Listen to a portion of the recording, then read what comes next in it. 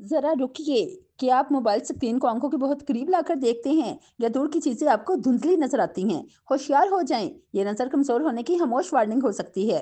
आजकल हर हाथ में मोबाइल है, बच्चे हों या बड़े, आंखें सबसे ज़्यादा मुतासिर हो रही हैं। अक्सर लोग नज़र की कमज़ोरी को मामूली समझकर नज़रअंदाज कर देते हैं और फिर पछतावा रह जाता है। नज़र कमज़ोर होने की चंद अलामात सुन लें। दूर या करीब चीजें साफ नजर ना आना, आंखों में जलन या दर्द, बार बार सर दर्द, मोबाइल या किताब आंखों के बहुत करीब लाकर पढ़ना, रात के वक्त देखने में मुश्किल। घर में चेक करने का आसान तरीका: एक आंख बंद करें और दूर रखी हुई चीज़ों को देखें, फिर दूसरी आंख से देखें। अगर फ़र्क महसूस हो तो ये खतरे की इलामत हो सकता है। नज़र कमज़ोर हो तो क्या हल है?